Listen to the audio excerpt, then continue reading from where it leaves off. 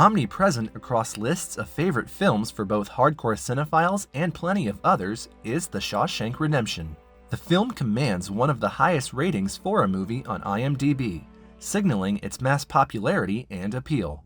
Adapted from Stephen King's novella Rita Hayworth in The Shawshank Redemption, this Frank Darabont directed film has carved out a special place in the hearts of audiences because of its compassionate storytelling and the triumph of human spirit.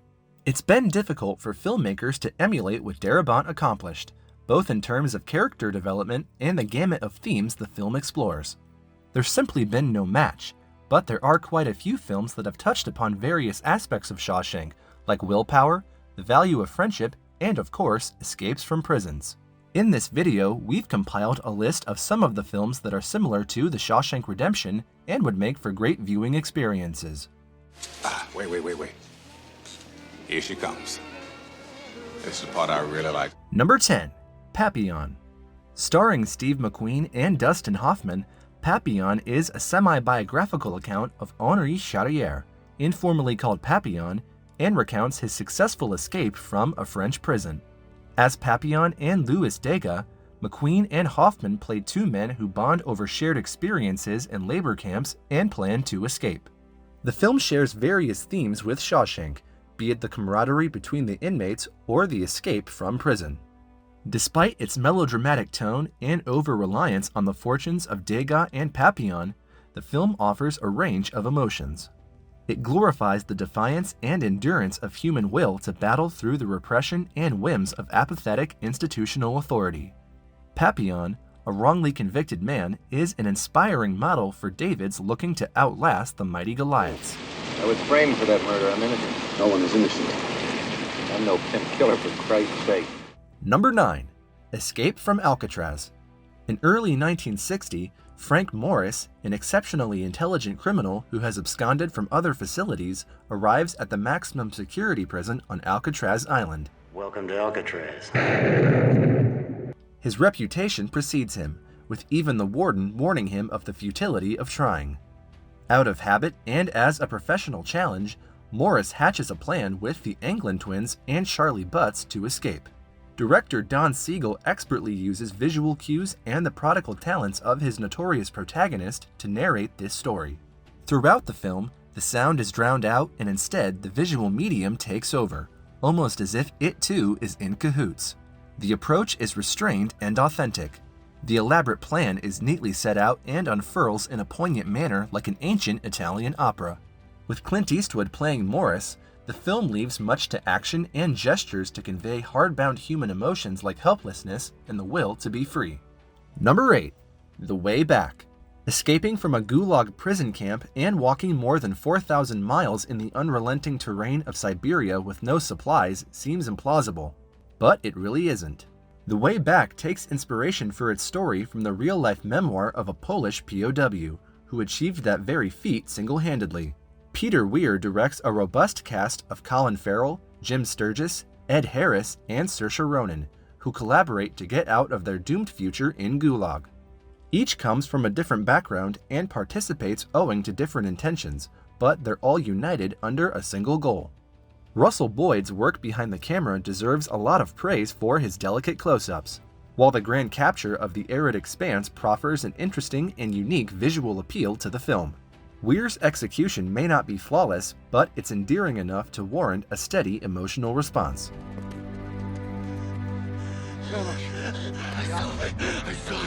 I saw the lick. Number 7. Animal Factory. The duo of Willem Dafoe and Ed Furlong make for quite the oddball combination on screen. Much like Morgan Freeman and Tim Robbins, this neo-noir features the two as characters who meet in prison, are similarly aged, and command similar respect from their fellow inmates. Animal Factory is a bit more light-hearted in its tone and maintains a consistent thematic and structural mix. Prison camaraderie reigns at an all-time high in the film, which is full of comical moments of joy and happiness. Dafoe is a force of nature who smartly juggles his character's complex mix of personalities. Shut the fuck up, Cole. Man, fuck you! What are you gonna do? Kick my ass? People have been doing that for as long as I can remember. He not only has the level-headedness and strictness of a high school principal, but also the uninhibited free spirit of a small child. How you doing? How's your mother? Told you this one's a wise ass. Animal Factory ultimately produces an even balance of theater and reality to place the viewer in a position that allows them to experience real-life prison firsthand. Number 6. King of Devil's Island. King of Devil's Island is one of the most hardened, intense, and uncomfortable watches on this list. The nature of the prison, the uninhabitable terrain, and the events that transpire make for a grim atmosphere.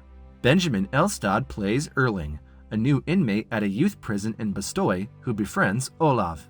Hakon, the head of the place, regiments the boys to relentless torture, while his unyielding nature evokes strong reactions from them.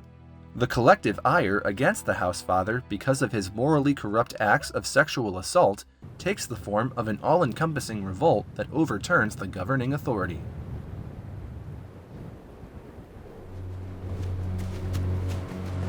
The similarities to Shawshank are mostly spiritual and abstract in nature, along with the friendship that blossoms between the two main characters. Number 5. The Intouchable. The Intouchable received adulation and support from audiences and critics alike. The plot revolves around the friendship of two diametrically opposed men. Philippe is a rich quadriplegic who's looking for a caregiver, whereas Bakary, a former national on welfare support, shows up at the job interview to get an obligatory signature and leave. As fate would have it, he gets the job and the two begin an uncharacteristic friendship that goes beyond needs and transforms into a fulfilling exercise. Although the film doesn't have much to offer in terms of plot innovation, Omar Sy is adept in reconstructing his typecast to suit Bakary's persona, and his chemistry with François Cluzet is the lifeblood of the film. Ah non, j'ai trouvé! José Bové! Vous avez la même tête! C'est très chelou. On dirait un prêtre orthodoxe. Un pope. Number 4. One Flew Over the Cuckoo's Nest. Both The Shawshank Redemption and One Flew Over the Cuckoo's Nest are cut from the same cloth, but they preach just a little bit differently. The former, in its optimism and dreamlike conclusion, endorses hope as the thing that will set you free, while the latter, on its blocks of trauma, confrontation, and unconventional misfits, can't let go of its free-spirited bird's defining trait. Similar figures of authority, Nurse Ratched and Warden Norton, oppress and watch over two men who don't belong where they are. One's not a murderer and the other's not a mental patient, but both celebrate the microcosm of humanity that manages to creep out of the darkest of places. How about it, you creeps, you lunatics, mental defectives? Let's hear it for Bull Goose Randall back in action. Nice shirt, Chesaroo. Regardless of how different or similar they are, both films are poetic and profound cinematic experiences, each with a different lesson to teach. You fooled him, Chief. You fooled him. You fooled them all. Number 3. Le Trou. Le Trou is a chilling tale of trust, betrayal, and fate, and a mantelpiece for movies that navigate weighty themes and serve a crafty story. A new inmate, on trial for charges laid against him by his wife, joins 4 other men in a single prison as the building undergoes repairs. He joins their plan to escape, but unbeknownst to him and the others, life has other plans. Interestingly, Le Trou sees 2 of the 4 inmates successfully make their way out through a manhole in the city.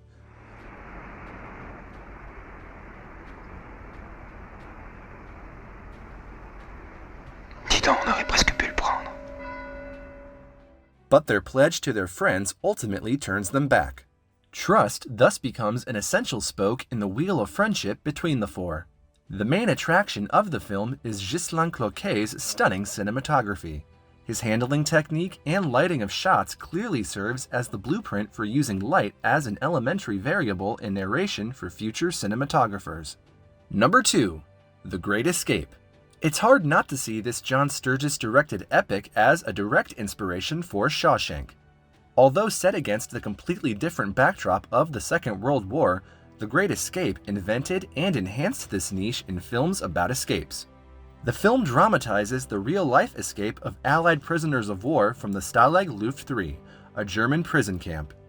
Based upon Paul Brickhill's book of the same name, the film digresses quite a bit from actual events for commercial appeal. But Steve McQueen's central act as Captain Hiltz is one of the most well-rounded performances you're likely to ever see. I haven't seen Berlin yet, from the ground or from the air, and I plan on doing both before the war's over.